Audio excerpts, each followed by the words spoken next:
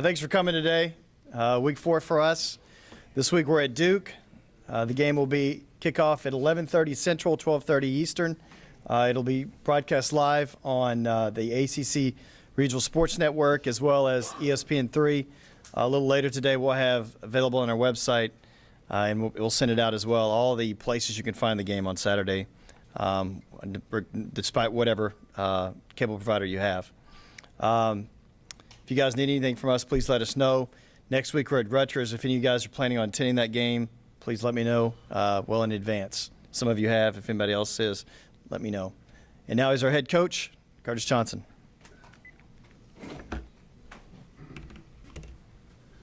Thanks, guys. It's nothing like winning. I tell you, I got to, first of all, apologize for my voice on after the game. All I can say is it all happened in the third quarter. I was doing fine until the third quarter, and turnover, touchdown. So, if you take the third quarter out, my voice would have been a lot better. It's great to win. It's great to have a win against a quality opponent. And I got to say this about our conference. Our conference is doing a good job. Saturday I watched the games, and I had Virginia Tech on. And look, I've been to Blacksburg, and in Blacksburg you just don't win. I took some great Miami teams in there and left out of there with an L. I thought Ruffin McNeil did a great job in Blacksburg going in there, beating Virginia Tech after they beat Ohio State, who's the number 3 team in the country. So, Ruffin McNeil has the power this week because, for what he's done. I thought we played a very, very good game, very capable game against a really, really good opponent. I don't know how our defense stopped this quarterback. It was just so impressive. Thank God, for those defensive ends and Tanzel and Redwine and those guys up the middle because they just did a great job. I'm going to start drinking coffee now because Nico Marley, he's Player of the Week, Sports Illustrated, and, I never drink coffee, but they got this coffee factory, and this kid is doing it with coffee, so I'm going to have to try some coffee because he plays sensational. Secondary played well. I think Perry Nickerson's playing probably the best overall in the secondary. I like what Dawson's doing, and I also like what Schofield and Monroe. Tanner had another good game. He'll throw some good balls in there, but he needs to learn, take what they give you.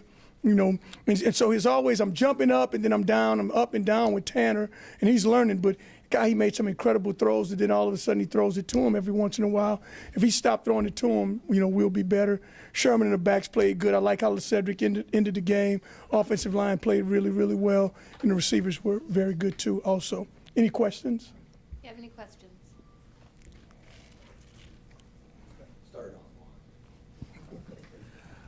Can you talk about Marley? He's diminutive in size, but he seems like he's a guy, and I was asking Tanner earlier, he seems like a guy that can get lost on the defensive side of the ball, and obviously next thing you know, he's making a tackle or making an interception. First of all, he's a very, very explosive young player. I mean, and I like to call him one of my midgets because if he's 5'2", then I'm 7 foot. He's very, very, very, very small. But I'm gonna tell you what he is, though. He can run. He can really, really run, and he brings, I would say, the most leadership on that defense. He brings the right attitude every day. He's a guy. If you ever watch his practice, he comes to work every day, and he is fearless. I mean, I look up and he's hitting a big guy. Looked like he was playing against a 7-footer, and I mean, he just knocks him back every time, and he'll make some incredible tackles. He'll pick the ball off. I mean, he just does so much for our defense. And I would say, if you ask me who's the vocal leader on our team, it's Nico Marley. The adjustment to put Torian in at nickel and then keep Perry Nickerson on the field, is that more because of what Perry did in those first 2 games, or was it just a matter of you wanted to shake up the safety and get Darian back there? No, I think it was we had a plan in the summer to move Torian inside all along. We thought Perry would do some of the things he did. We really love Perry, but Torian was hurt last week, so it allowed us to bring Monroe down, and we had to play him down because Torian was the guy who was probably the most injured DB, and now he's back. He's full strength. He's physical, and as you know, he can run. And I think we got 3 good nickel corners now that we could do some of the stuff that similar to what we did last year. How much more dynamic does that make you on the outside? I know that's where Georgia Tech hit you a lot, was out on the outside, as well as Tulsa. How much more dynamic are you there now? Yeah, I think it makes us a lot more because now we have speed. We got more speed on the field and more speed outside. When you got 2 safeties who played as much as Schofield and Monroe, you like them playing safety. You just don't like moving guys out of position. And now the way Torian's playing, he's playing well. And those 2 corners are, they playing better and better. It's going to be interesting second half of the season for us. One more thing on Nico. Are you surprised that he has taken on such a leadership role? I mean, this is a guy that you couldn't keep off the field as a freshman, and now you say he's like the voice of the defense. Surprised this happened at such a young son? You know what? I would say no because Nico walked in here. You know, these short guys, and I liken him to Santana Moss, a guy who I coached, and Roscoe Parrish. They walk in here with a chip on their shoulder, and Nico has a chip on his shoulder about everything, about school. You know, he wants to get the best grades in school. You know, he wants to be the first one in the room. So he has a chip on. He's got, and I like to tell him every once in a while, he got a little man complex. You know, he'll try to intimidate me about something. So he wants to be intimidating. But the thing I would say about Nico is he runs. I mean, he just runs the show back there. You know, but besides Schofield and Monroe, he's the one guy that's in, and he'll be in this meeting room, and he'll start the meetings. You know, he's that type of kid. Go off on that. He had some penalties at the end of the game. Were those frustration or were those just bad calls? Who's that? Nico? Marley, yeah. Yeah, no. Well, what it was, and you know, we send the penalty in, and understand Nico. Nico's 4'11", and he weighs about 150 pounds, and so he does the Superman pose. So the reason why he got the penalty because he kind of did too long. The pose wasn't bad. He just did it a little bit too long. And so it was inconclusive when we got the report back from the official. But I would tell him, do Mighty Man or something. Don't do Superman. That's not good for you. But, I mean, you know, he's a player that even though he does stuff like that, if you look at his stat line, he's your dynamic defender right now. Absolutely. He wanted to keep them out of the end zone so bad. And I was going to take him out of the game because he had a penalty. He said, don't you take me out the game. And so then he goes in, he makes a play, and then I was like, okay. Then he gives me the Superman pose. So then he comes off and says, that's your fault. That's on you. I know, Coach. But he's good with all of it. Pride. There's a lot of pride. We've seen kind of a trend with Tanner, and it's kind of hard to tell, you know, because it's early on in the season, where he comes out when he has the scripted plays and he's really good. And then in the second half, when he ad-libs, he, you know, maybe tries to make too much. You know, is this a freshman thing where, you know, in high school he could get away with some of those passes he was trying to get in there? In college, you can't? Yeah, you know what? I think defenses are better, and I think he hadn't seen enough of enough defenses. You know, they're not going to run the same defense that you just burned them on. So if he comes back and he tries to do the same thing over and over, he just needs to learn. Just continue to read your progression, do what you're coached to do, and I think he's going to be phenomenal. Obviously, it was a lot cooler the other night playing. The crowd seemed to feed off of it. The players I've talked to fed off of it. Tulane has history of coaches wanting to play in the daytime.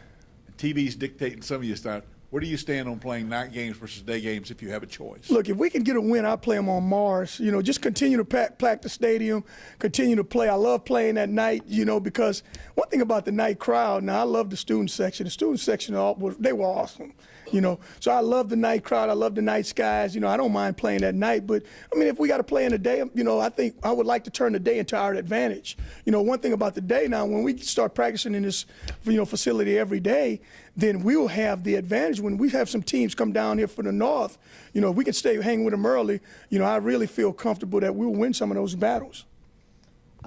Coach Roberts mentioned Tanzel Smart and how improved he was in that game and what a factor that he was.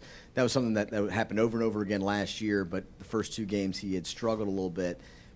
How important is he as part of this defense and turning it all around? Very, very, very, very important. I think Tanzel and Corey Redwine are the two guys that you'd ask me, who are the guys that have to play well, who reminds me of NFL-type, explosion-type players. Those are the two guys now. They just got to play well and play well all the time.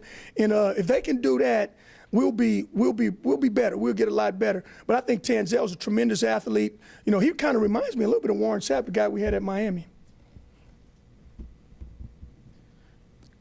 Hilliard and Lozedrick haven't had the great numbers through the first three games. They look maybe a little tentative at time. How do you feel like they've played, and you expect them to start stepping it up? Well, you know, I thought Lozedrick played really well in this past game because what he is, like I tell everybody, he's a battering ram.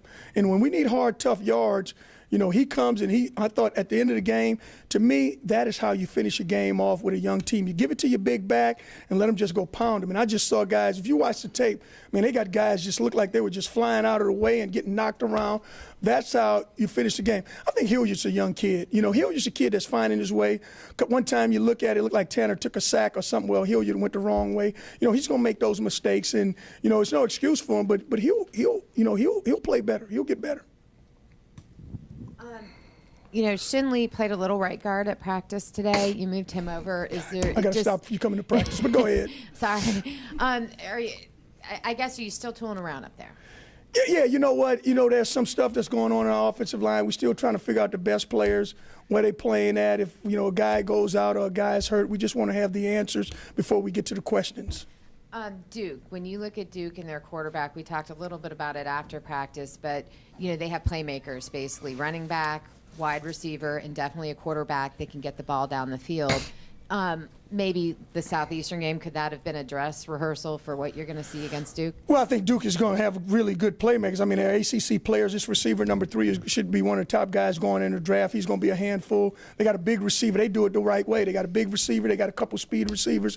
Number 4, 17. So we'll challenge us. And then they got the freshman running back who's run for a ton of yards. The quarterback is mobile. A big physical offensive line. So they got a lot of players and a lot of weapons. We just got to play our game and continue to improve on the back end. I think there's going to be a lot of pressure on these corners this week and Torian Nixon at nickel. But I think these guys they'll be ready for the challenge. Well, we've let you go about 10 minutes. Your kicker, I noticed an or on the depth chart this week. Are you still toying with that? Is there a chance that Trevor Sims kicks? Well, the or is, I don't know if Trevor will be back for the game or not.